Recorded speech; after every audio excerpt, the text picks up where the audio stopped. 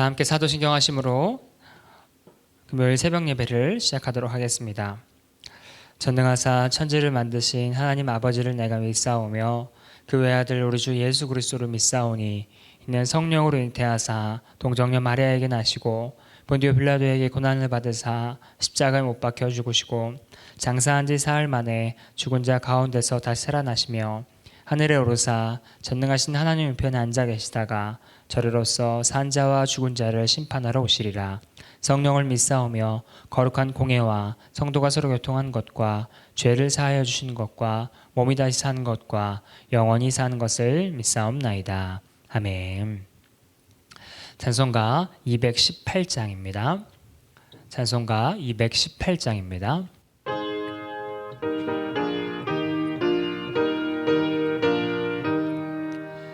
내 맘과 정성을 다하여서 주 너의 하나님을 사랑하라. 내 몸을 아끼고 사랑하듯 형제와 이웃을 사랑하라. 주께서 우리에게 명하시니 그 명령 따라서 살아가리. 널 미워 해치는 원수라도 언제나 더 그렇게 사랑하라. 널 핍박하는 자 위에서도 신실한 마음으로 복을 빌라. 주께서 우리에게 명하시니 그 명령 따라서 살아가리. 나 항상 주님을 멀리하고 형제를 사랑하지 못하였다. 이러한 죄인을 사랑하사 주께서 몸 버려 죽으셨다. 속죄의 큰 사랑 받은 이 몸 내 생명 다 바쳐 충성하리.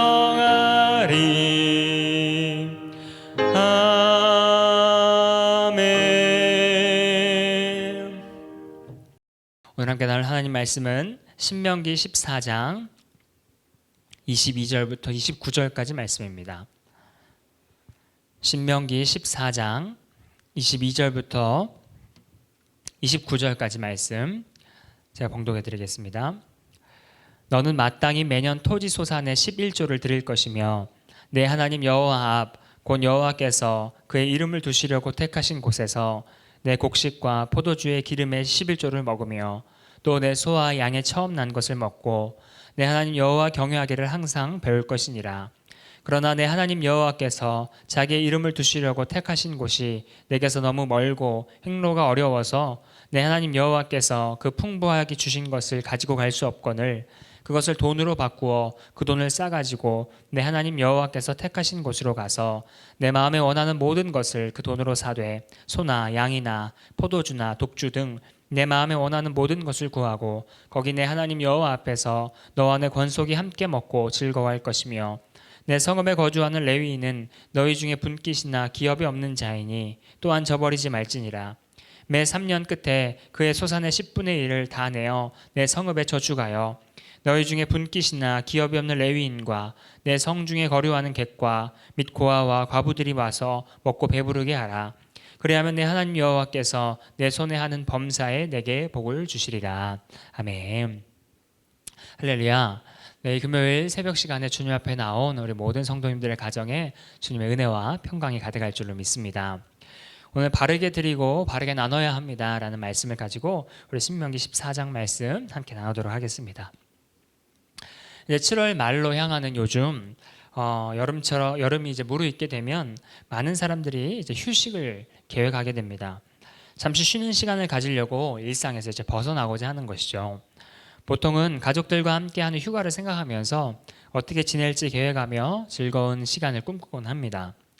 반면 가족들과 보내는 시간조차 휴가라고 생각하지 않는 분들도 있습니다. 그래서 자신만의 시간을 기대하며 반나절이라도 혼자 보내고 싶은 그런 기회를 찾아가는 분들도 있습니다.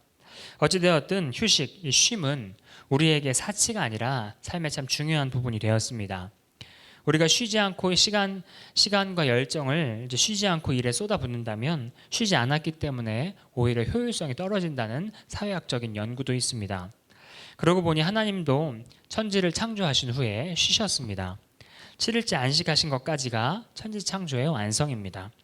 하나님은 창조 때 안식을 창조하셨고 십계명을 통해서도 안식일을 기억하여 거룩하게 지키라 라고 말씀하셨습니다. 그것과 더불어 오늘 하나님께서 주신 말씀에서는 일하여 얻은 소득을 거두어 들인 후에 잠시 더 쉴 것을 말씀하고 계십니다. 오히려 그렇게 하기를 항상 배우라고 지금 말씀하고 계십니다. 오늘 본문은 11조를 중심으로 말씀하고 계신데요.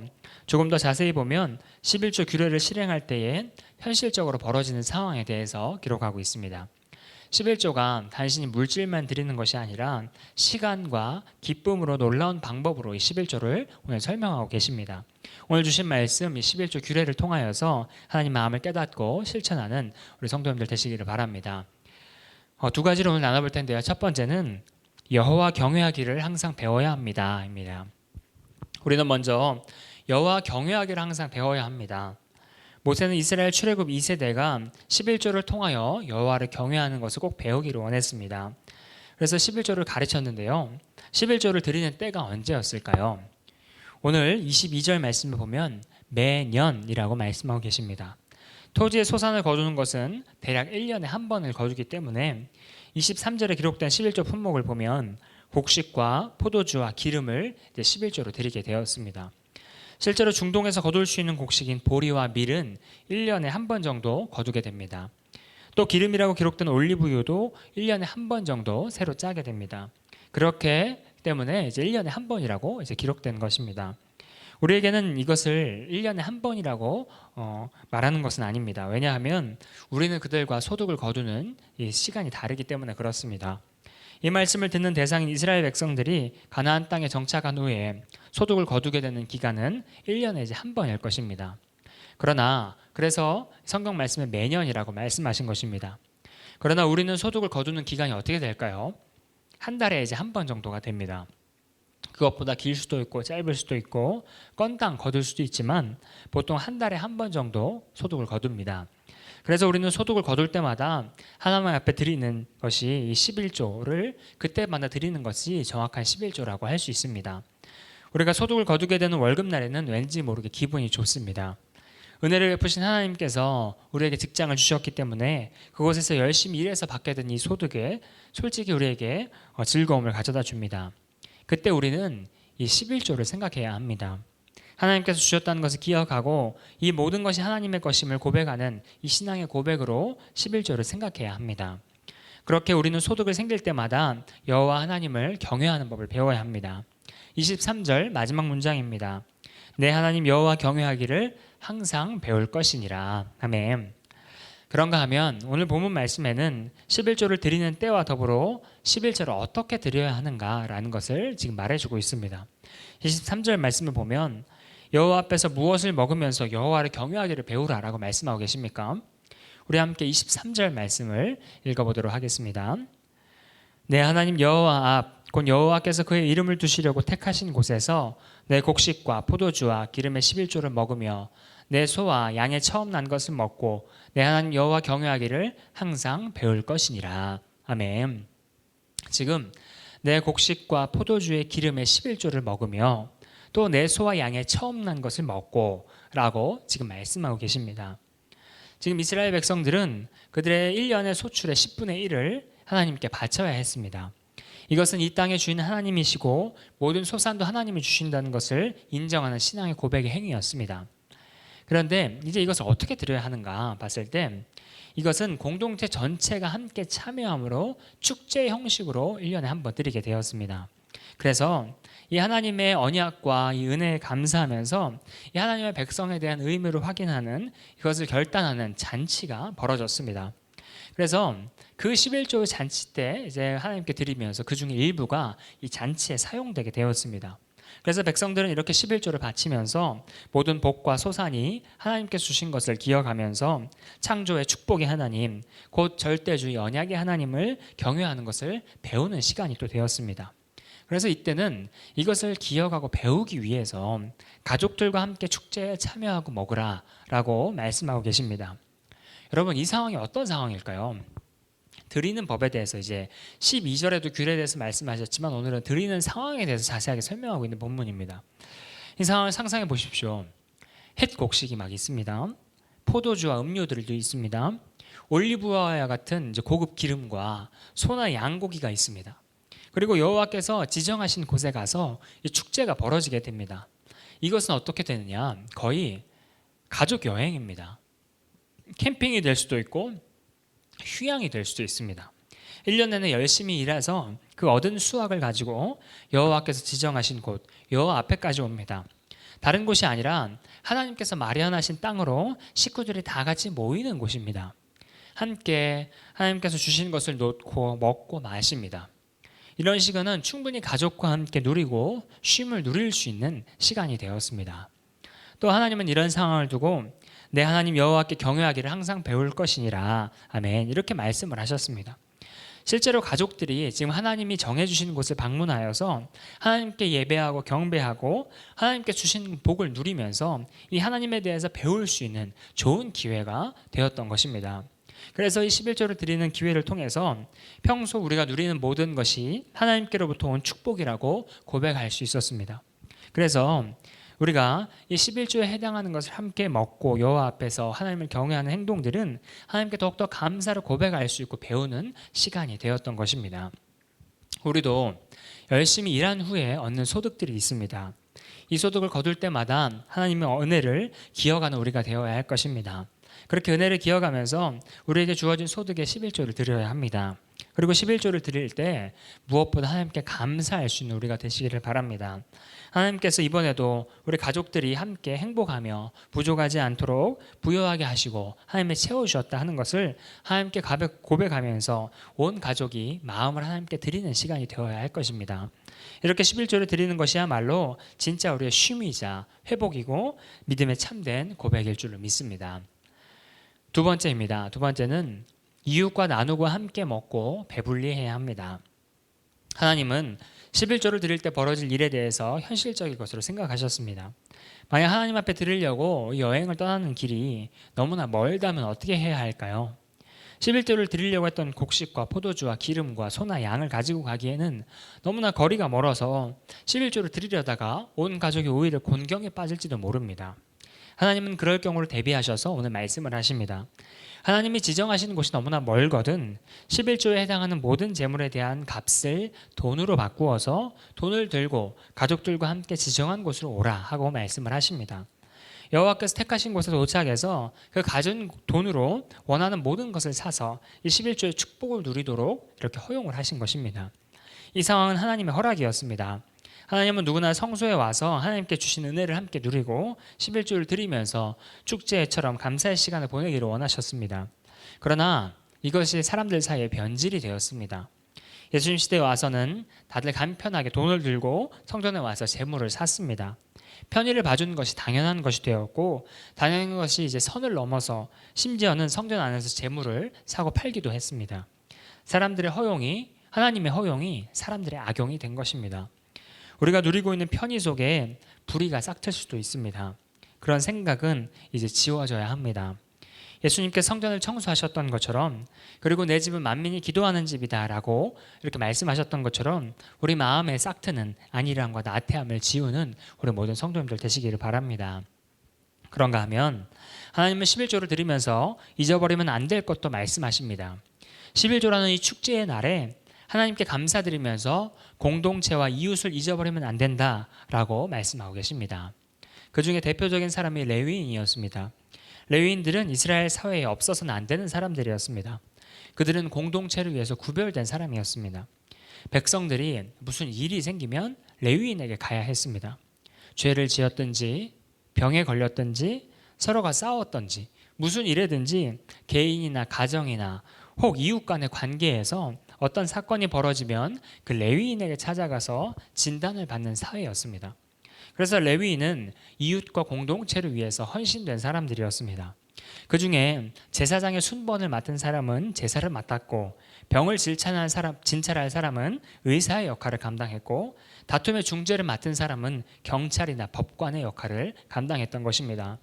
그러니까 레위인은 지금 그 사회에서 공무원의 역할을 감당하고 있었습니다. 그래서 이들의 레위인은 재산이 없었던 것입니다. 그들 스스로 가진 것이 없이 거둘 수 있는 소득이 없는 사람들입니다.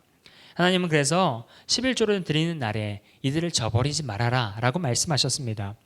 레위는 이스라엘 백성들이 공공 서비스를 맡아서 이 일을 해주는 사람들이었기 때문에 그들과 함께 11조를 드리는 축제의 날에는 같이 축제를 나누라 라고 말씀을 하고 계십니다.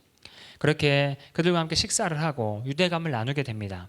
그리고 11조로 내어놓은 것을 함께 잔치를 통해 충분히 먹고 마셨으면 거기서 남은 것은 레위인을 주게 됩니다. 하나님을 향한 감사를 하나님의 공동체를 위해 충성한 사람들과 함께 나누게 하신 것입니다.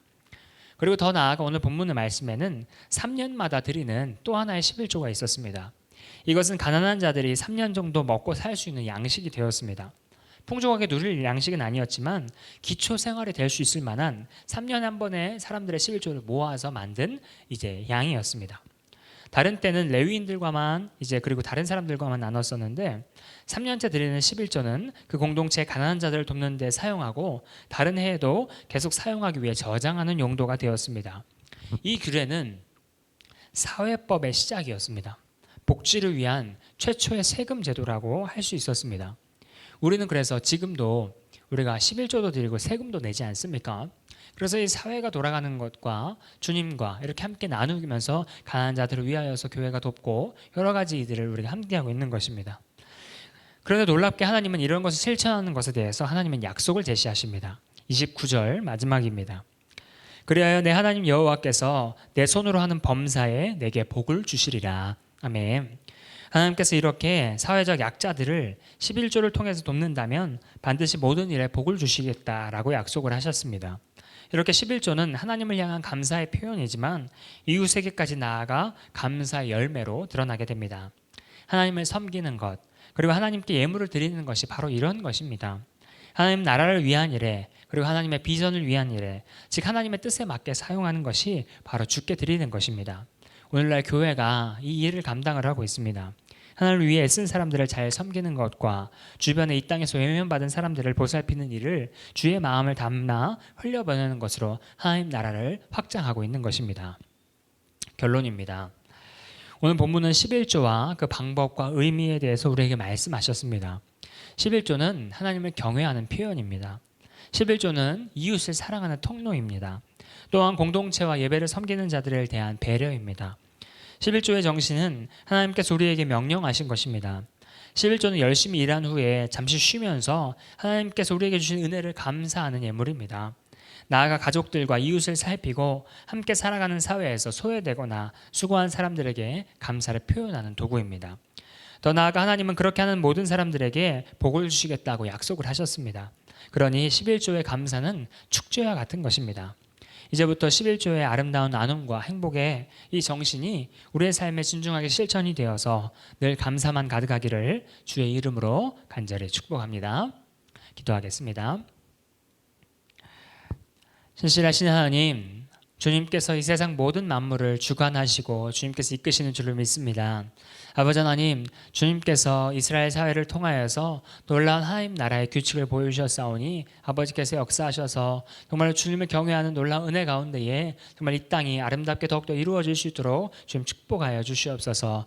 아버지 하나님, 주님께서 허락하신 마음으로 아버지 저에게 주신 것을 주님이 주셨음을 인정하게 도와주시고 온전히 주님을 경외하게 도와주시며 정말 주님께 주신 축복으로 살아가는 저희가 될 수 있도록 허락하여 주시옵소서. 더욱더 주님 의지하게 도와주시고 정말 주님께서 이 예물을 통하여서 정말 주님 더욱더 사랑으로 하나님 나라를 확장하실 때에 아버지 저희가 주님과 동역하며 정말 주님께 영광 올려드리고 정말 주님을 온전히 경배하는 놀라운 축복이 저희 가운데 있을 수 있도록 허락하여 주시옵소서. 아버지께서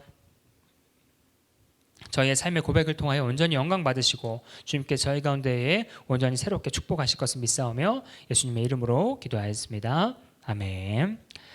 하늘에 계신 우리 아버지여, 이름이 거룩히 여김을 받으시오며 나라의 임하옵시며 뜻이 하늘에서 이루어진 것 같이 땅에서도 이루어지이다. 오늘날 우리에게 일용할 양식을 주옵시고 우리가 우리에게 죄 지은 자를 사하여 준 것 같이 우리의 죄를 사하여 주옵시고 우리를 시험에 들게 하지 마옵시고 다만 악에서 구하옵소서. 대개 나라와 권세와 영광이 아버지께 영원히 있사옵나이다. 아멘. 네, 오늘 두 가지 기도 제목을 가지고 함께 각자의 자리에서 기도하기로 합니다. 첫 번째 기도 제목은 이것입니다. 주님께서 주신 것을 감사함으로 드리며 기쁨을 누리는 축복의 성도 되게 하옵소서라는 기도 제목을 가지고 주신 말씀을 가지고 기도하는 오늘 되시기를 바랍니다. 그리고 오늘 금요일 속장과 속장님 속회를 위해서 기도하는 날입니다. 두 번째 기도 제목은 이것입니다. 주님께 드림으로 이웃을 살리며 사랑을 실천하는 속회 되게 하여 주시옵소서. 이 두 가지 기도 제목을 가지고 우리 오늘 금요일 정말 주님께 온전히 경배드리는 오늘 되기를 바랍니다. 우리 다 함께 주여 한번 외치고 기도하도록 하겠습니다. 주여, 아버지 하나님 감사합니다.